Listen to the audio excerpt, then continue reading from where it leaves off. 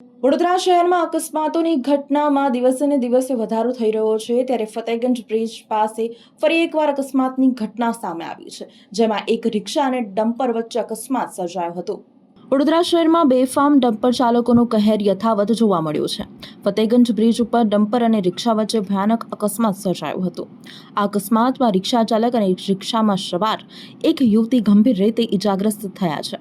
ઇજાગ્રસ્તોને તાત્કાલિક 108 મારફતે સારવાર માટે એસએસજી હોસ્પિટલમાં ખસેડવામાં આવ્યા છે। માહિતી મુજબ રિક્ષા ચાલક તાંદલજાના યોગી કુટીર પાસે આવેલ આવાસ યોજનામાં રહેતા મોહમ્મદ અરીફ હોવાનું સામે આવ્યું છે, જ્યારે રિક્ષામાં સવાર આશરે 25 વર્ષીય યુવતી આરતી ભીખાભાઈ મારવાડી, જે ન્યૂ વીઆઈપી રોડ કારેલીબાગના રામનગર વિસ્તારમાં રહે છે, તે પણ ગંભીર રીતે ઘવાયા છે। રિક્ષા ચાલકના પરિવારજનોએ આક્ષેપ કર્યો છે કે અકસ્માત સર્જ્યા બાદ ડમ્પર ચાલક વાહન સાથે ફરાર થઈ ગયો હતો।